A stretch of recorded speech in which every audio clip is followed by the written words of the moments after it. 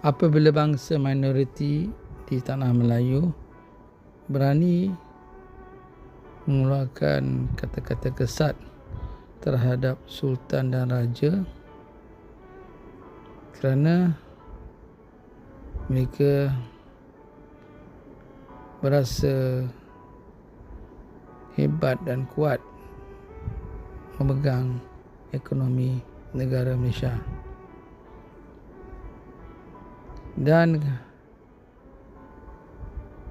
orang Melayu Islam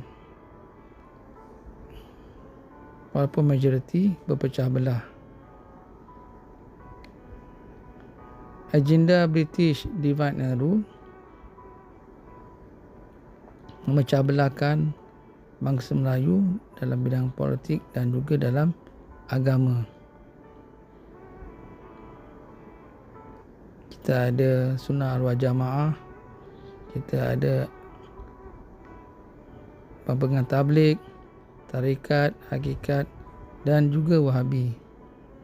Dari Perlis sampailah ke Johor, berbagai-bagai bentuk pemikiran Islam orientalis yang memecah belahkan bangsa Melayu Sunnah wal Jamaah.